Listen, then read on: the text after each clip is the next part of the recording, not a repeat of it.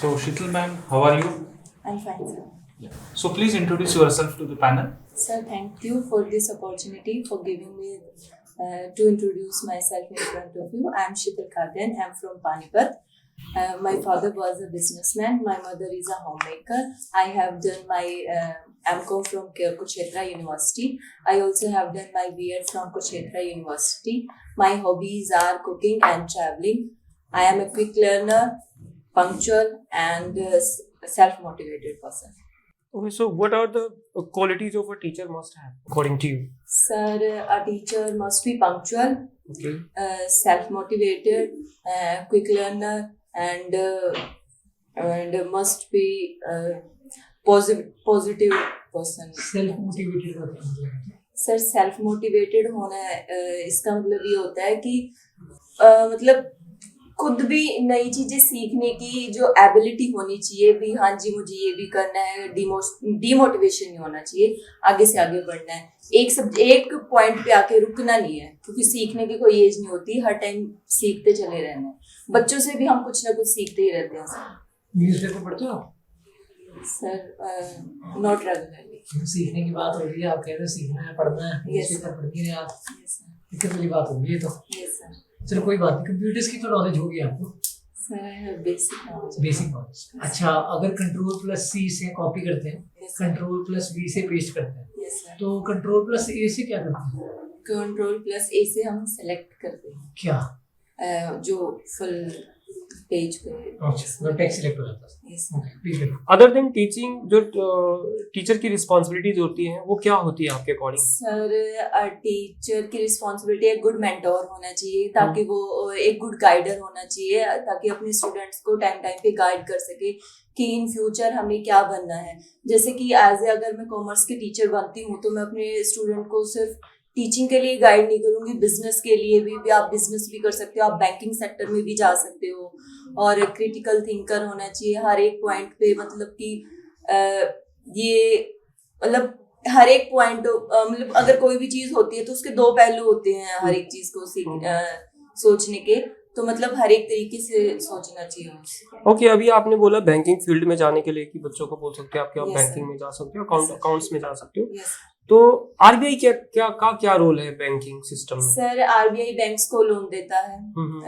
और वही है कि जो फाइनेंशियल पोजीशन है उसको मैनेज करके रखता है। अभी जो गवर्नर है आरबीआई के वो कौन है?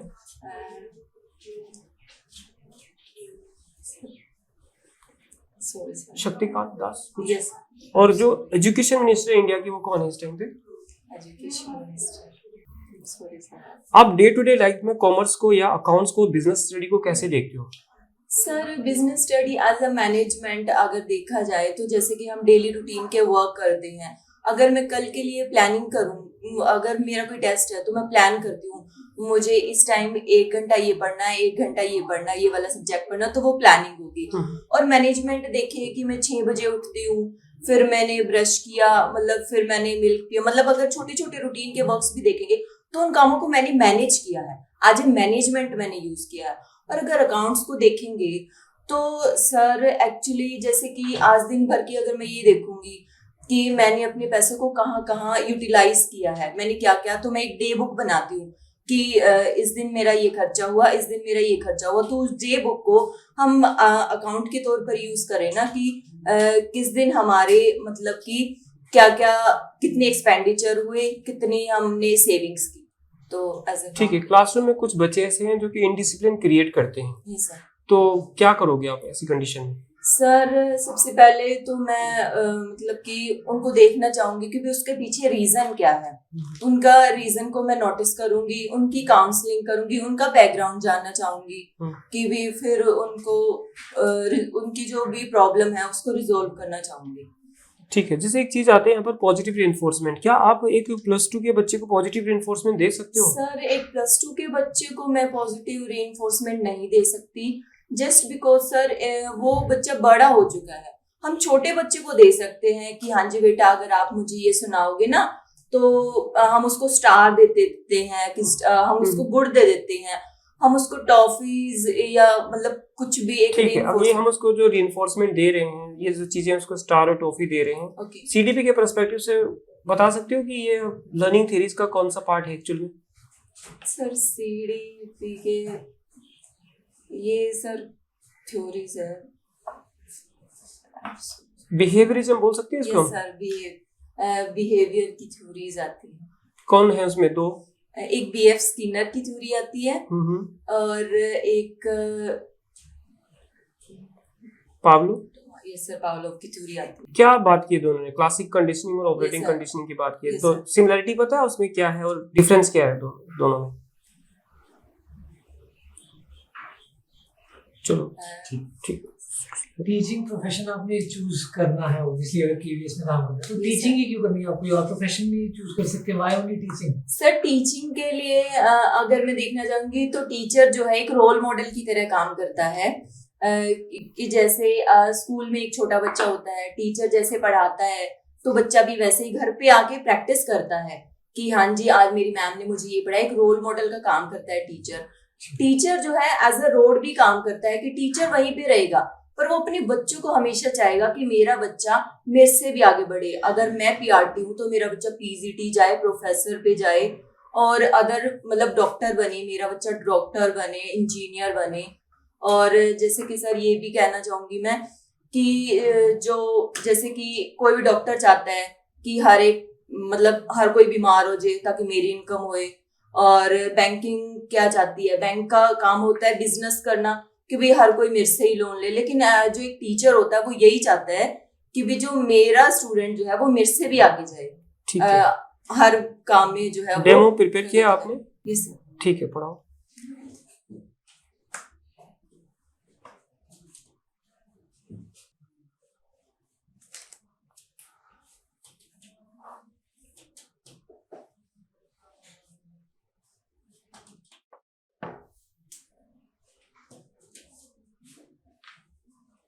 Good morning, students. How are you all? I am fine. Okay. What's the date today? Today is 7 of March 2023. कौन से सब्जेक्ट पढ़ेंगे अभी हम? हम पढ़ेंगे अकाउंटेंसी। ओके?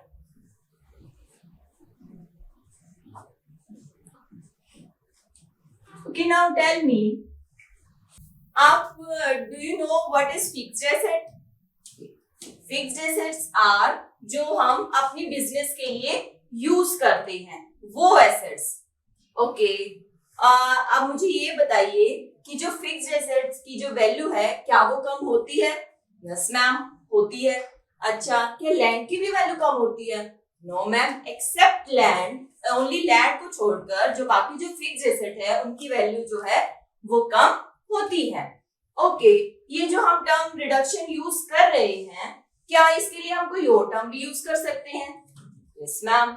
ओके, क्या यूज कर सकते हैं? It is called depreciation. Okay, today we will discuss about depreciation. Okay, let me tell you what is depreciation. हमने अपना बिजनेस स्टार्ट किया। ओके, बिजनेस के लिए हमें कौन कौन सी एसेट्स की नीड होती है? हम प्लांट एंड मशीनरी लेते हैं, फर्नीचर लेते हैं, हमने बिल्डिंग बनाई। ओके, और क्या जो भी है मोटर व्हीकल्स लिया, हमने ये सारे फिक्स्ड एसेट्स ली। ठीक है, उन फिक्स्ड एसेट्स में प्लांट एंड मशीनरी है, उसकी वैल्यू है 5 साल अच्छे से चली। उसके बाद क्या होगा? उसके कोई भी जो पुर्जे हैं, कोई भी मशीन है वो क्या करते हैं? रफ होना स्टार्ट हो जाते हैं। फर्नीचर है, फर्नीचर एक टाइम के बाद टूटना स्टार्ट हो जाएगा। बिल्डिंग है, बिल्डिंग भी बिल्डिंग भी पुरानी हो जाती है। मोटर व्हीकल्स है, ये भी इनका इंजन खराब हो जाएंगे, मतलब कुछ भी हो सकता है। तो इनकी वैल्यू में क्या जो है वो रिडक्शन आ जाता है by the term of constant use, और ये जो है वो पुरानी हो जाती है, ऑब्सोलीट हो जाती है, नई टेक्निक आ जाती है। उसके लिए तो हम क्या फिर होता है वो दैट इज कॉल्ड डेप्रिसिएशन। हमने अपनी बिजनेस के लिए, अपनी अकाउंटिंग वर्क्स के लिए कंप्यूटर लिया। पहले कंप्यूटर आते थे। ठीक है, फैक्टर्स बता दो, इसके फैक्टर्स क्या होते हैं और इसके जो मेथड हैं। ओके सर, मेथड्स पहले फैक्टर्स बताओ, देन मेथड। इसके इसके फैक्टर्स होते हैं, फैक्टर्स जिनसे कि क्या होता है, हम कैलकुलेट करते हैं depreciation. First one is total cost of the asset. Total cost of the assets में हम क्या यूज करेंगे? सपोज दैट हमने अपनी कंपनी के, अपने बिजनेस के ऑफिस के लिए हम एक एसी परचेज करते हैं। हमने एसी को परचेज किया तो उसकी जो परचेजिंग कॉस्ट आएगी, प्लस हमने उसको क्या किया, उसको हम लेके आएंगे घर तक, अपने ऑफिस तक, उसके लिए हमारे क्या आएगा? फ्रेट आएगा। फ्रेट हम क्या बोलते हैं? जो हमारा किराया या माल भाड़ा, जो भी हम किराया पे करेंगे, ऑब्वियसली बात है कि वो एक ट्रांसपोर्टेशन के जरिए आएगा, तो उसका हम जो किराया पे करेंगे वो हमारा क्या आएगा? फ्रेट आएगा। प्लस अब हमने एसी लिया है तो हम उसको इंस्टॉल भी करवाएंगे, तो हमारी इंस्टॉलेशन कॉस्ट भी आएगी, ठीक है। जो हम उसको लगवा रहे हैं, हम उसको फिट करवाएंगे, तो that is installation cost. Plus हमने उसका क्या किया, जो अब उसको रास्ते में लेके आए हैं, बाई चांस वो गिर जाता, कुछ भी हो जाता, तो उसका ट्रांजिट, रास्ते में इंश्योरेंस होता है, that is called transit insurance. ये हमारी टोटल क्या आती है? ये हमारी टोटल आती है क्या? Total cost of the asset. Okay, second factor हमारा आता है useful life of the asset. Useful life of the asset. Useful life क्या होती है? ठीक है, मेथड्स बता दो, अब दोनों मेथड्स को बता दो। ओके,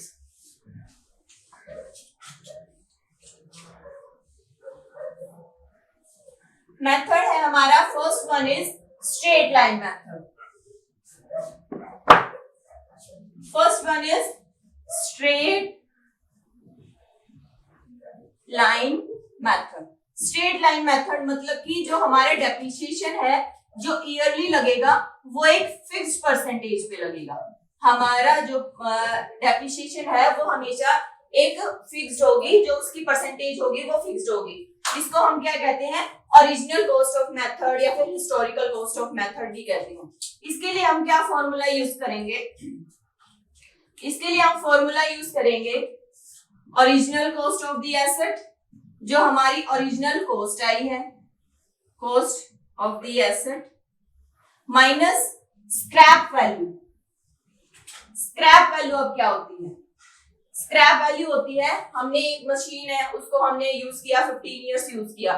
15 इयर्स यूज करने के बाद जब हम उसको सेल करते हैं, तो वो जो हमारी वैल्यू आएगी, तो वो क्या होगी? Scrap value. सपोज दैट हमने एक मशीन परचेज की थी 1 लाख की, हमने उसको 10 इयर्स के लिए यूज किया, हम उसको सेल करते हैं, तो सपोज हमने वो 5000 की सेल किया, that is called scrap value. Divide हम किससे करेंगे? जो हमारी जो लाइफ ऑफ द एसेट आएगी, हमने उसको कितने ईयर के लिए यूज किया है, कितने इयर्स के लिए यूज किया है। सपोज हमने जो मशीन परचेज की थी वो हमने की थी 1 लाख की। ठीक है, इसमें दूसरा मेथड भी बता दो। Okay sir.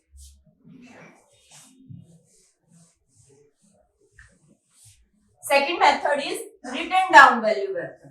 Return down value method, जैसा कि नाम से ही हमें पता लगता है, रिटर्न डाउन, उसकी वैल्यू जो है वो हम हर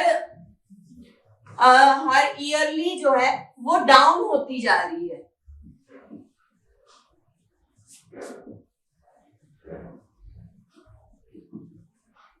इसकी वैल्यू जो है वो ईयरली डाउन होती जाती है, हर साल कम होती जा रही है, तो इसको हम क्या कहते हैं? रिड्यूसिंग बैलेंस मेथड और डिमिनिशिंग बैलेंस मेथड। मतलब जैसे कि इसके लिए हम सपोज यूज करेंगे, कोई मशीन है, हमने वो 10,000 की परचेज की थी, उस पे हमारा डेप्रिसिएशन लगेगा 10% लगेगा, ठीक है, तो हमारी उसकी वैल्यू कितनी रहेगी? 9,000 होगी। तो नेक्स्ट ईयर जब लगेगा वो 9,000 पे लगेगा, कितना? 10% लगेगा, कितना हो गया ये? 900। 9,000 में से 900 माइनस करेंगे, कितना आएगा? 8100। 8100 पे हम 10% लगाएंगे, तो हमारा क्या आएगा? बैठ जाओ। Okay sir, thank you sir.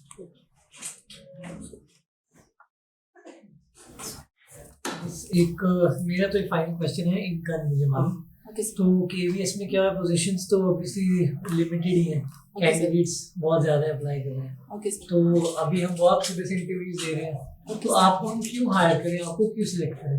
Sir हर एक जो इंडिविजुअल होता है उसका हर एक यूनिक माइंडसेट हो, मतलब हर इंडिविजुअल यूनिक होता है, सबका अलग अलग पर्सपेक्टिव होता है। तो मैं किसी को अपने साथ, ये नहीं है कि मैं किसी के साथ कंपैरिजन कर रही हूँ कि सर मैं हार्ड वर्किंग हूँ।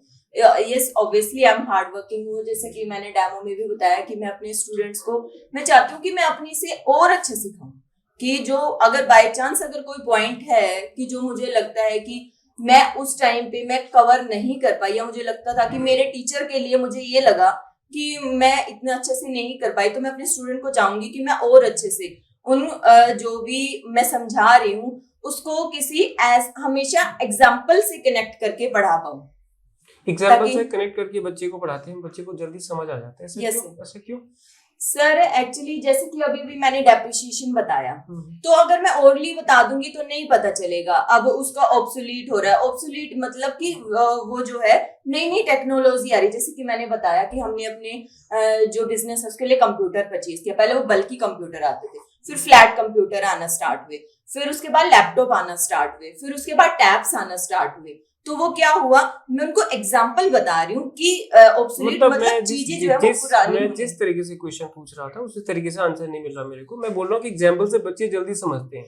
दो तरीके का आंसर होते हैं, एक तो होता है लेमैन लैंग्वेज में आंसर दे देना, एक होता है कि जो प्रोफेशनल जो आंसर देता है बंदा, जिसने सीडीपी पढ़ा हो, प्रोफेशनली चीजों को पढ़ा हो, तो वो सीडीपी के पर्सपेक्टिव से आंसर देगा। अगर ये लोहे की कील है, मुझे दीवार पे लगानी है, तो मैंने बोला ना कि हर बंदा बोलेगा कि इसको ऐसे लगाते हैं, ऐसे कोई नहीं बोलेगा। ये लेमैन लैंग्वेज में हो गया। बट जो फिजिक्स पढ़ेगा वो उसको surface area, pressure and thrust के बारे में बात करेगा। तो उस पर्सपेक्टिव में सिर्फ सीडीपी के पर्सपेक्टिव में इसका आंसर दो एक बार।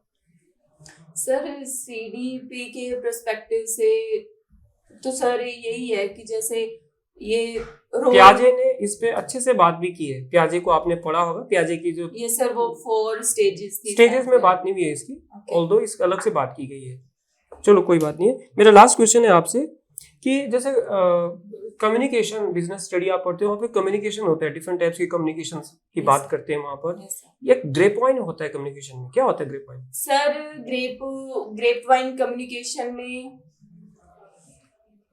एक्चुअली वो इनफॉर्मल कम्युनिकेशन होता है। इनफॉर्मल कम्युनिकेशन होता है। Very nice. क्या होता है informal communication? Sir informal communication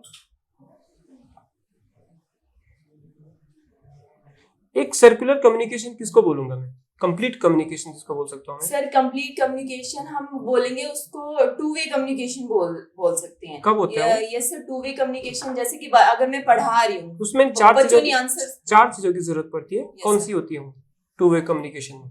sir two way communication में टीचर स्टूडेंट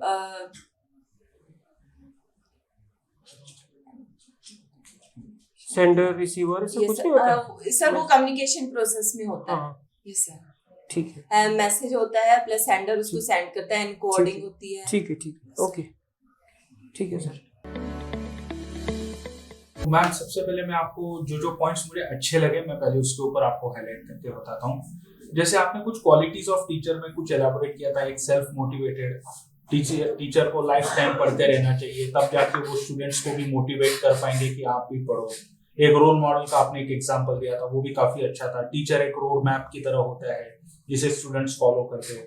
आपका ओवरऑल पूरे इसमें डेमो में और इंटरव्यू में कॉन्फिडेंस लेवल मुझे काफी सुपर्ब लगा। काफी अच्छी तरीके से आपने क्वेश्चंस को टैकल किया है।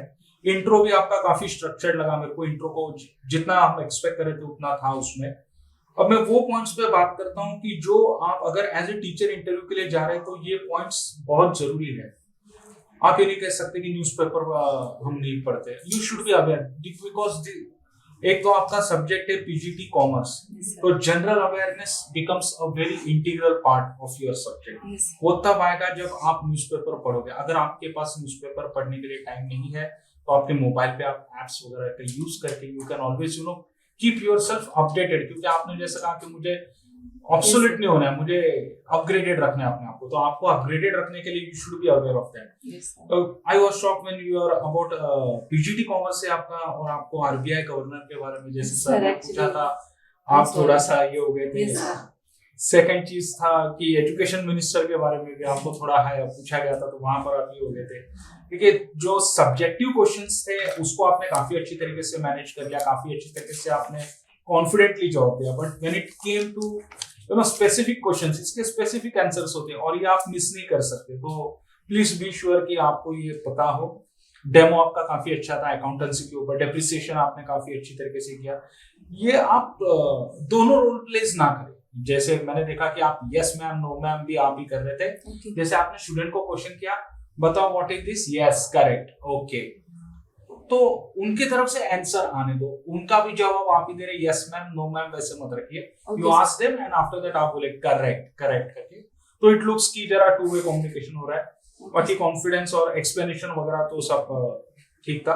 बाकी सर आपको टेक्निकली और बता देंगे। पढ़ाया तो हम अपने अच्छा मजा आया मुझे। वैसे तो मैं इकोनॉमिक्स वालों में सो जाता हूँ, तो आपने स्किल तो है, आपने स्पीकिंग का एलोक्वेंट कम्युनिकेशन तो आपकी अच्छी है। बातों में आप थोड़ा सा घुमाते भी ज्यादा है, क्योंकि क्वेश्चन था जैसे सर ने पूछा कि क्यों इंफॉर्मेशन इजीली प्रोसेस हो जाती है, आप लैपटॉप टेबलेट फ्लैट लैपटॉप्स बड़ा उसमें चले गए थे, मुझे एग्जैक्टली समझ नहीं आया। बट एक अच्छा ट्रेड भी है, जब इंटरव्यू में कभी क्या होता है ना कि सामने वाले को अगर आंसर ना भी दे, लेकिन उसको अगर हम ऐसे थोड़ा सा इधर ले जाए तो कभी कभी अच्छा कर भी जाता है, लेकिन बैकफायर भी कर जाता है, बिकॉज हम यहाँ पे थोड़ा सा फैक्चुअल चीजें डिस्कस करने बैठे हैं। तो अगर आपको जो जितना आप रहोगे सब्जेक्ट मैटर पे फैक्ट्स में, उतना अच्छा रहेगा। बेसिक क्वेश्चन जैसे कहा कि आगे बहुत सारे क्वेश्चन में आप फंस गए थे, थ्योरम जो yes sir, grape vine communication, बस एग्जैक्टली, तो वो आपने जरूर काउंटर करनी है। That's it. ठीक है, मेरे एंड से है कि थोड़ा लैक ऑफ आई कांटेक्ट लगा मेरे को। आई कांटेक्ट आपका मस्ट है जब आप पढ़ा भी रहे हो, बच्चों से आई कांटेक्ट होना, पैनल से आपने आई कांटेक्ट रखना। आई कांटेक्ट मैंने कल भी बताया था कि जब तक आई कांटेक्ट है तब तक कॉन्फिडेंस है। इंगेजिंग भी ठीक था आपका जब डेमो दे रही थी वहाँ पर, और सब्जेक्ट पे तो कमांड है ठीक है, और बाकी थोड़ा लाउडनेस लगा मेरी आपकी आवाज़ में, ज़्यादा लगा।